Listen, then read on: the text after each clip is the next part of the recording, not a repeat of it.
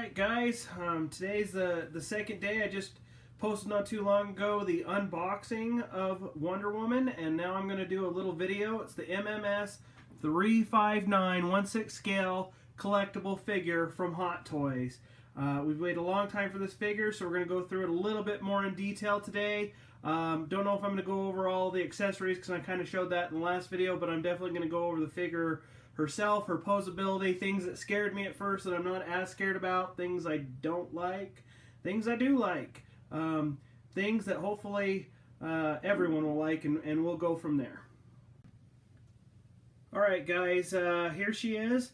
We're going to go ahead and get started. I lied in the last segment. I said I wasn't going to show all of her accessories, but I'm going to do that anyway because there's really not that many and it's not going to take up that much extra time. So the biggest thing about this figure is there's a lot of controversy surrounding it because, first of all, it's taken her a long time to come out. We placed our order for her, I believe, last April, at least I did, and we've been waiting all this time for her, and several times it was looking like she was going to release, and then they put her back in production, and really it comes down to how much detail they put in these figures. They just won't release it unless they're confident that it meets at least the minimum standards that they have set for the figures, and that's important. That means that you know you're going to get a good item, at least for the most part. These figures are really hard to put together. The skin tone in the figure itself is hard to put together, especially when you're doing a seamless body. When I mean by seamless body, I mean, if you look right here, there's no joint, there's no separation between the shoulder and the body. It's seamless, and seamless is relative. It's basically seamless on everything you can see when the figure's posed just outright. It doesn't mean that it's seamless altogether, and I'll illustrate that entirely. So if you look at her, the hair is real. It's not perfectly posable, but I mean it really isn't hard to pose it in a direction you want. The only thing that you have to be aware of is the kind of loose strands of hair that she's got that kind of drape a little bit. Doesn't look as great as maybe you would hope. Couple things. This is all plastic. I don't think there's any metal on the figure itself, at least none that we can see. The sword looks metal, but it's actually a very nice plastic. I wouldn't go hitting it on things or anything like that, but it's a nice little touch. The shield, again, plastic, and one thing I like about the shield, first of all, you can see the Greek lettering kind of around the edge, but if you look right here on the shield itself, you can really see that kind of outline of that kind of bird that's on the shield itself, and it's subtle. It kind of gives it that worn look. I was watching Batman v Superman just the other day, and you can see that, especially when Doomsday strikes the shield with his laser mouth face, whatever you want to call it. And I was pretty impressed with the detail in that particular figure. So let's just kind of turn her a little bit so you can see her a little bit better from the front. So she has this strap right here, kind of a leathery strap, might be made out of plastic or vinyl, but it's you have to put it on her separate. The lasso of truth, it's kind of made out of it's posable. You can actually get it to go different directions that you want it to go.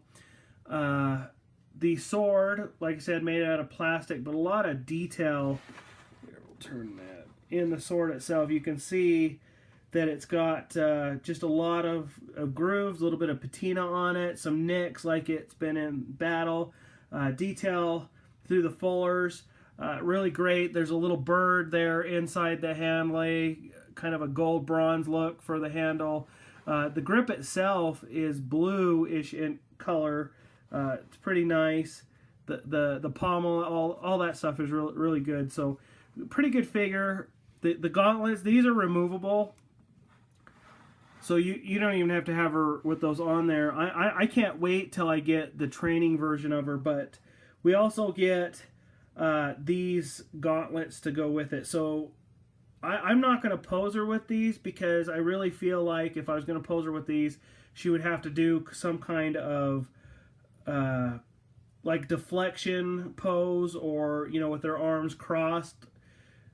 And I don't want to bend her arms that much. There's a lot of controversy surrounding this figure when it comes to damage and whatnot. So just read the instructions. Be aware that there's people that have said that there's things about the body that they're a little bit nervous about keeping posed for a long time. And I'll give you another example.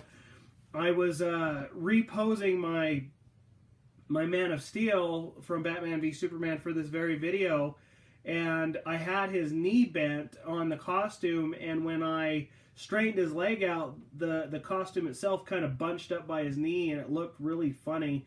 It's kind of retracted itself back to where it's not nearly as bad, but if you think about it in other terms, if you leave this character posed in a certain way for too long, there is a possibility that a crease or a bend will form and it'll become permanent.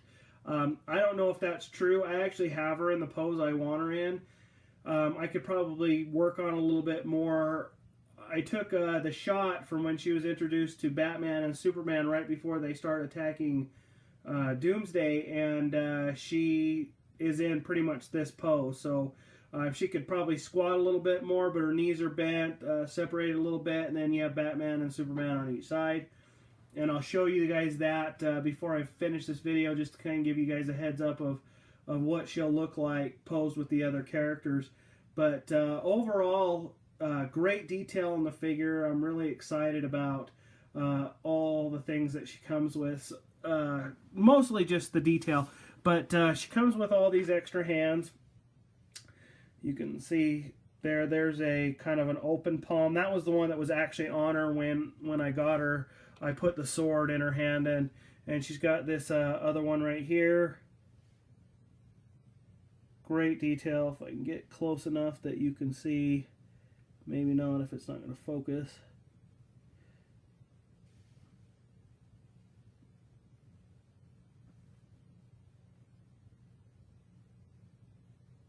Anyway, you can see in the figure, if you're in person, you can really see the detail. First of all, she's got some redness in her hands, probably from fighting.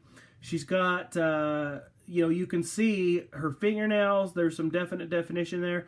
There's a separation in the fingers, too. It's not like they're one piece of plastic.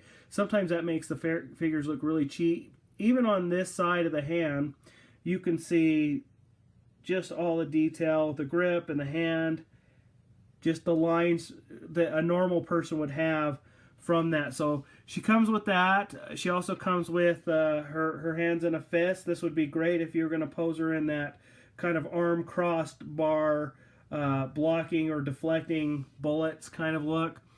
She also comes with another hand that will hold, probably the lasso would probably be the best one for this one. See that right there? She's got another one just like it. So a lot of the hands that she has are just duplicates of the hand just for the other side. Another fist here, as you can see. One more hand. As you can see, this really looks like she'd be holding the lasso in that particular hand. And then, of course, the other gauntlet. So she comes with that much. Not, like I said, not as much as some of the other characters that I have. I mean, trying to think of an example like Batman, the DX versions of Batman from The Dark Knight Rises. He comes with a ton of stuff, including a light up base. He comes with batarangs, little bat bombs, 2 belts, some magnetics. I mean, there's a lot more that they come with than this figure. And this was Hot Toys' first attempt at Wonder Woman, and they really broke the mold on this character. Most figures that they have the joints and everything. So interesting is her neck, her head kind of turns sideways, but if you want that downward articulation, it's actually a neck move. So her neck actually bends instead of the head itself like the other figures, which I think is really cool. Don't really need her to do that for how I'm going to pose her. but you know, it's definitely a touch that most figures don't have. I was talking to you guys in another video that she has really great articulation. I mean, not articulation, really great detail. Look at her neck bones. You can see that collarbone in there, kind of how her neck comes down and attaches to right there. Just great detail in that. If you look at her arms as another example, move her arm, you can see the muscle tone inside this figure here. You can see the tricep formation. You can see just the different type of. I mean, it even looks like she has an elbow right there. I mean, that just looks amazing. You could see right here the muscle in her back, which I absolutely love. I think that looks amazing, especially for the character in the movie and whatnot. So that's the. That's pretty much the sculpt. Like I said, I'm going to have her pretty much posed like this forever. I don't really have any intention on changing it. I don't know, maybe time will go by, I'll get sick of it. But as of right now, that's what I'm going to do. So really quick, I'm going to do an up and down look at her to show you some different things that, she has. So starting with the top, just if I can get it to focus. You can just see the detail in her head crown. Goes down. Just brilliant colors inside the costume. She's got that nice eagle that forms the W and the W in the waist. This is kind of a leathery material right here. So that's very flexible. She's also flexible in here. Not a lot, but you can actually get that to bend. So it's a little bit softer than it is at the top. You can see the gold rope that they use for the lasso, just really nice. It is flexible, and you can use that. You can look at the detail on the scuffs down in her boots. If you've seen the movie recently, you know how detailed those boots are, because there are a couple shots from the movie that are really good. I just showed you the sword. Let's look at one of the gauntlets here. Again, the gauntlets, you can see a little bit of the scarring in them. Really, really nice. One thing that bothers me, and this bothered me about the Harley Quinn figure a little bit too, it's not overly a problem, except for the fact that where I have her posed, and I'll show you that really quick. So you go up, and that's where she stands, right there between Batman and Superman. So when I'm sitting at my desk, I can, excuse the vulgarity, but I can see up her skirt, and I don't really care about that. But what I do care about is if you look underneath the sculpt itself, you can see that the joints themselves come off, or not come off, there's a hole underneath there. And I don't really care for that. I wish it was more of a larger piece, maybe even a flexible piece, to kind of make it look natural. Like I said, I kind of pushed her skirt down to where I can't see it at all, but that does bother me a little bit. You can see it like when she's bent down a little bit more on the backside. I don't care for that. Another thing that scares me a little bit is because this is a body, she does have a limited range in motion. She can't quite bend in the same ways that some of the other figures that I have bend, which is fine because again, I don't plan on having her too much outside of the pose that I have her in. But you just need to be aware of that. So like, I want to look really quick here back at the leg joint. So like you can see right here, this looks so inappropriate, but it's just a leg. There's nothing. Anyway, you can see the leg right here. There's no joint whatsoever at her knees.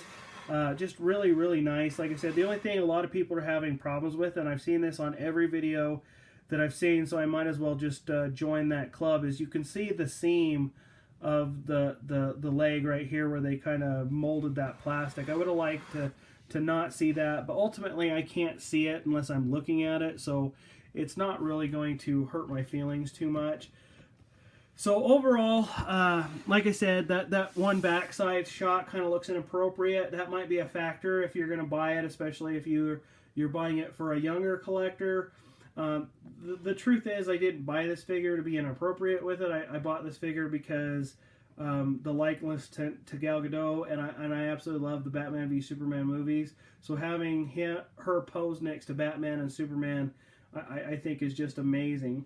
So one thing I'll go over just really quick, you do get this book of instructions right here. Please read that before you open it, or before you start messing around with the figure, especially if you're a new collector. If you don't know how to pose these things, you can cause yourself a lot of heartache. Remember, these things are not cheap. Obviously, if you bought one, you know how expensive they are. So don't do anything that you're going to regret later, basically, is what I'm saying. Like I did with Harley Quinn, I'll rate her. If I was to choose two characters, and I heard another collector, I don't even know who, but if I was to rate this on par with Harley, I think Harley would be higher on my list as far as posability goes, only because Harley Quinn in my collection, she is a solid character. I mean, she's got more weight to her, her joints and her legs. I mean, she is solid. And this one, you just feel like you're going to hurt it in some way. So just be aware of that. As far as look, I would rate this by far above the Harley Quinn figure. So as far as posability, Harley would definitely rate closer to a 9 or a 10. As far as look goes, though, I gave Harley, I think, a 7 overall. If you're asking my honest opinion, I would rate, on a scale of 1 to 10, this figure, I would definitely rate an 8.5 to a 9. With the only reason I wouldn't give it a solid 10 is because of the posability itself. So you might disagree with that. You might think it's more of a 3 or 4 or even a 5 or maybe a 7. I don't know. That really comes down to you. The great part about collecting these figures is there's no right or wrong. If you like it, you buy it, right? And there's no one telling you otherwise. If you don't like it, then you don't have to buy it. And it's that simple. So just keep that in mind. I mean, this is an absolutely fantastic figure. I have no problem. I'm so happy to have it part of my collection.